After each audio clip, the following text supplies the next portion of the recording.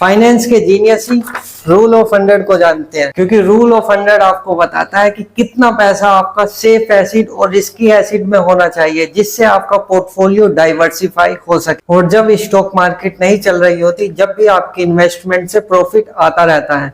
Rule of 100 आपकी as की तरह ही सिंपल है। अगर किसी की एज 20 साल है तो उसे अपने पोर्टफोलियो का 20% ही सेफ एसिड में इन्वेस्ट करना चाहिए और फिर अपनी एज 100 में से माइनस करके आपको पता चल जाएगा कि कितने पैसे आपको रिस्की एसिड में इन्वेस्ट करने चाहिए। जैसे 100 - 20 = 80।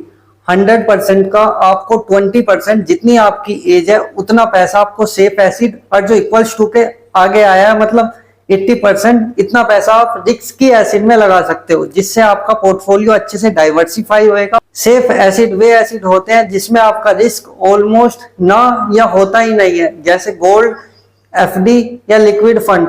रिस्की इन्वेस्टमेंट वो इन्वेस्टमेंट होती है जिसमें आपका रिस्क अनलिमिटेड होता है, कोई उसकी अपर लिमिट और कोई उसकी लोअर लिमिट नहीं होती। जैसे स्टॉक, आपकी कोई इन्वेस्टमेंट, स्टार्टअप्स या जिसमें भी आप इन्वेस्ट कर रहे हो,